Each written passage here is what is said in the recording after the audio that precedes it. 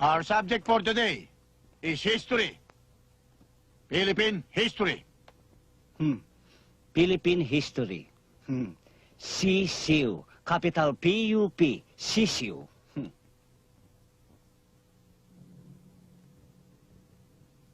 Who is the greatest Filipino painter? Ikaw, Tina. Sir, Juan Luna.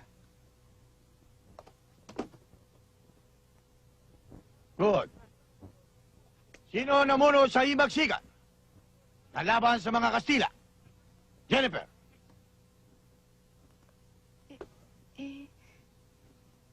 Sir, si... Oh. Si Bonifacio, sir. Si Bonifacio. Good.